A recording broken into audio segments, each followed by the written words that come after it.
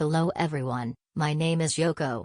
On this channel, I will be disseminating information that I have collected in English, as I feel that the information that is happening in China is often not accurately conveyed to countries other than China. We obtain information from multiple media sources, so we would be happy if you could give us your opinions on the content of the video in the comments. Also, my native language is not English, so I use an AI speaker to create audio to convey information correctly. If you like it, please subscribe to the channel and support us. This time we will talk about smartphones made in China. This is an article from 2020, but it was said that Huawei might withdraw from the smartphone business. Due to sanctions from the United States, it was thought that China could no longer make smartphones on its own. If you want to make something, you can make it. But if the import of chips from other countries is stopped due to sanctions from the United States, you will only be able to make outdated products. There were rumors that Huawei might withdraw from the smartphone business because it would lose its competitiveness as a result. However, recently, Huawei has been attracting attention due to the release of a new smartphone. The launch of this smartphone was extremely unusual and attracted even more attention. Normally, when selling a new model, we advertise it in advance and start selling it by emphasizing that it is better than before. Huawei's new product is being marketed as if it was suddenly released without any prior announcement. In China, the new model has suddenly started selling, which is attracting attention. Moreover, the specifications of this smartphone have not been disclosed in detail, so it is called a mysterious smartphone. As for why this mystery is attracting so much attention, as I mentioned earlier, Huawei was thought to be unable to produce smartphones due to US sanctions.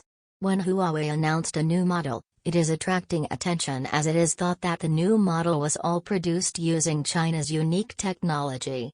Some people say that China has become a country that can make cutting-edge smartphones without relying on foreign countries, and others say that this is a great victory for China over American sanctions. The type of chips used in smartphones is attracting attention. However, Huawei has not announced the details, so for example, the Hong Kong media is disassembling the smartphone to see the chip inside, or measuring the performance of the chip inside the smartphone. First of all, I found out that the chip used inside had the SMEC stamp on it. The chip used in Huawei's smartphones is a processor known as Kirin. The chip was developed by HiSilicon, which is a subsidiary of Huawei, and HiSilicon itself is fabless. We don't have our own factory. It's a company that specializes in design, so people say the chip is made by HiSilicon, but it's manufactured by SMEC. This is a Chinese fab. The so-called fab semiconductor manufacturing factory is where we receive requests from other companies to make chips and actually manufacture them. It is a company with the same business model as the famous Taiwanese company TSMC. SMIC is one of China's leading fabs, so it is thought that SMIC is manufacturing a chip designed by HiSilicon, a subsidiary of Huawei, and using it in Huawei's new smartphones. There are many doubts about this. In China, there was a case in the past where people scratched off the engravings on chips they bought from the United States and engraved their names on them, pretending they were made in China and receiving a large amount of subsidies. Therefore, some people doubt whether the product is really made in China even if it has the SMEC stamp. If it is a SMEC chip, the question is how much of the technology is Chinese technology. Some people are saying that it might be a 5-nanometer chip. But China, which is under sanctions from the United States, probably doesn't have the manufacturing equipment to make 5-nanometer chips. In other words, there is still no established theory as to what kind of chip is used. Why doesn't Huawei reveal the details? There are many different stories. One theory is that detailed information will be announced later. It would be logical to start selling a product and then announce detailed specifications later. I don't think it's possible to think of a strategy to sell something you don't understand and then announce the details at a later date. Therefore, it is quite possible that Huawei will not announce details about the chip in the future. The other theory is that even if they wanted to make a detailed announcement, They would not be able to do so.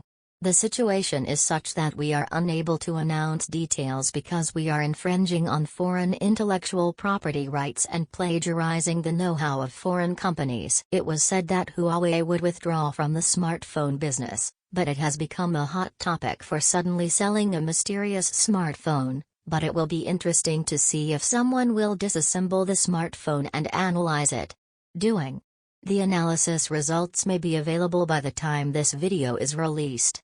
Another thing that has attracted attention is the fact that this smartphone can connect to the internet using satellites.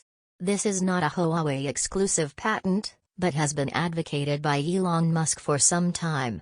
If we can connect to the internet using satellites, there is no need to install a lot of communication infrastructure on the ground. I think it will be very interesting to see what the future holds for the internet using satellites. There was actually a video of a user in China making a call using satellite communication, but it took a long time to connect. Once connected, I was able to make calls normally, but it's still unstable. I don't know how much potential satellite-based internet has because there is a lack of information, but I think it will bring about major changes in the communications industry. If it becomes common for Japanese people to contract with Elon Musk's company when using the internet, Japan's critical infrastructure will be kept in a foreign country. I think it would be better to quickly develop communication satellites that would cover all of Japan. That's all for now. See you next time.